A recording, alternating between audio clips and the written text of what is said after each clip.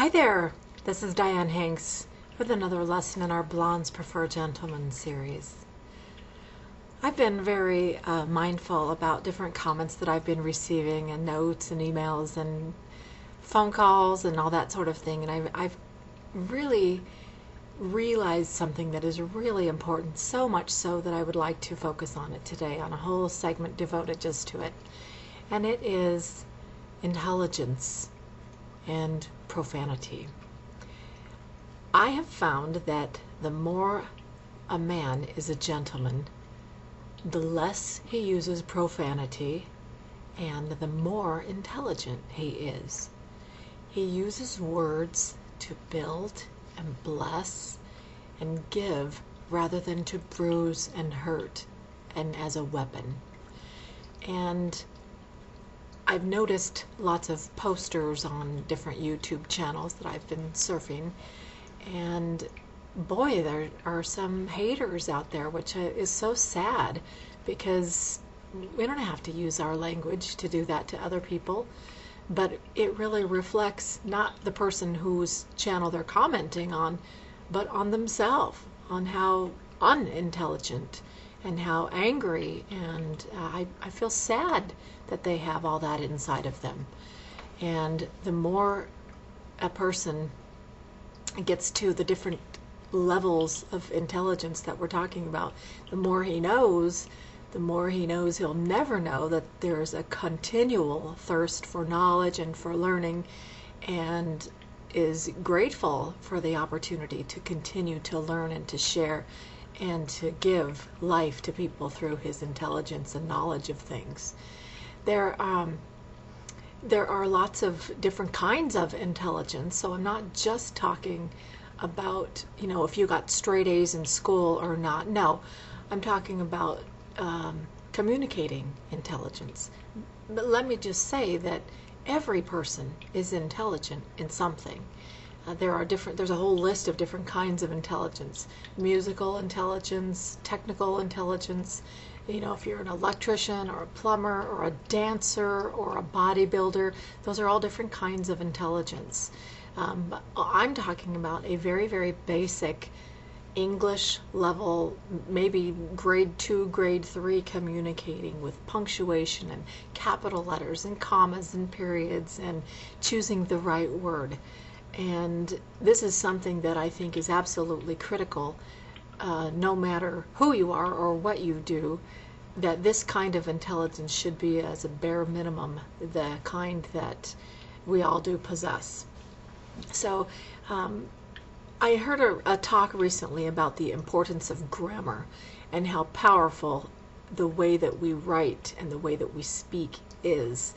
And the speaker was talking about how, with all of the tools at our disposal, why would you ever want to send just the gist of your message when you could send exactly what you want to say by choosing the right word? There's a little line in that song from Sting. It says, "Poets, priests, and politicians have words to thank for their positions." And that's true. Words are so powerful. They're so powerful. And I wanted to give you a little example as far as grammar, how powerful using the proper grammar is. Professor had this on his wall and asked his students to punctuate it on his little chalkboard. And so those were the words that he wrote. Now, the men in the class punctuated it like this: "Woman without her man is nothing." And the women in his class punctuated it like this: "Woman without her man is nothing." You see the difference? Moving a comma here, moving a comma there. So pay attention to how you use your punctuation. Of course it's important. There was an episode of Seinfeld too where this guy she was dating took down a message that said, like, one of her friends had had a baby, and he used a period, and she broke up with him because she thought he should have used an exclamation mark. So, yeah, it's important to say what you want to say the way you want to say it. Use the language that you have been given to really communicate really clearly. Like if I want to say the eagle had a loud cry. Well, was it loud or was it raucous? Just the right word.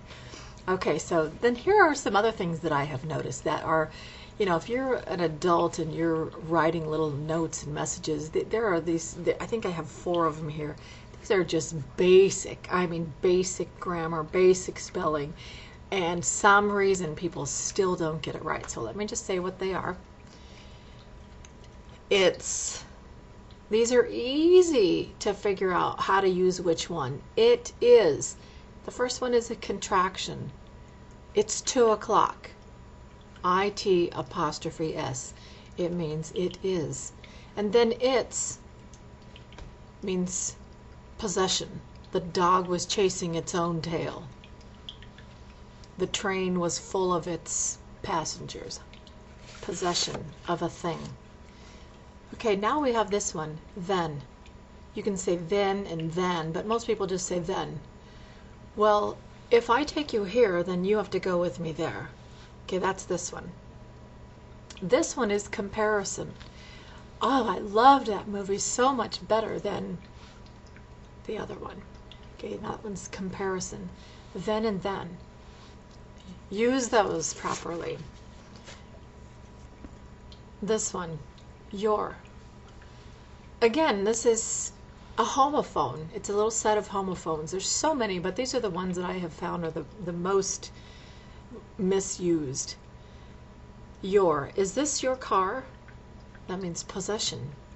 Your. Wow, you're looking lovely today. You are. If you can say you are instead of your, then that means it's this one with an apostrophe, because it's a contraction. And then your, in days of yore, which is Old English, and we really don't use that one anymore. That one I don't see misused too much, but I wanted to put it in there so I'd be thorough. And then we have my favorite, or my least favorite, my biggest pet peeve, I guess you should say. There, and there.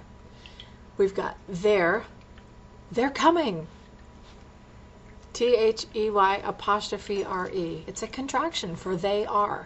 If you can say they are, then this is the one you need to be using with a contraction. Apostrophe. There. Is this their house? Possession. And then finally there. Please put this over there. Now there, I was an English teacher for many years, and there's so many funny things about the English language, but these are not funny. If you misspell these and you mischoose the wrong ones, it shows that you're, careless or not as intelligent. Actually, it's not even have to do with intelligence. It has to be doing with mindful, being thoughtful, and choosing just the right word that you want to say. So the more you get closer to being, your most intelligent self, the less likely you'll be to use profanity. I have found that the more uneducated a person is, the more profanity he uses. And so I don't want to belabor the point about, don't cuss, don't do this, don't do that, because I want to encourage using positive language and using great language and using words to really express what you want to say. So, because a gentleman always uses words that build people and make them feel better. I don't think that the people who use hateful language, they have no interest in being a gentleman, and I don't have interest in, having them be all over my channel.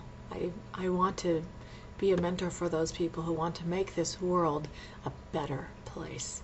And I think that by being a gentleman in your small way, you can do that in your whole circle.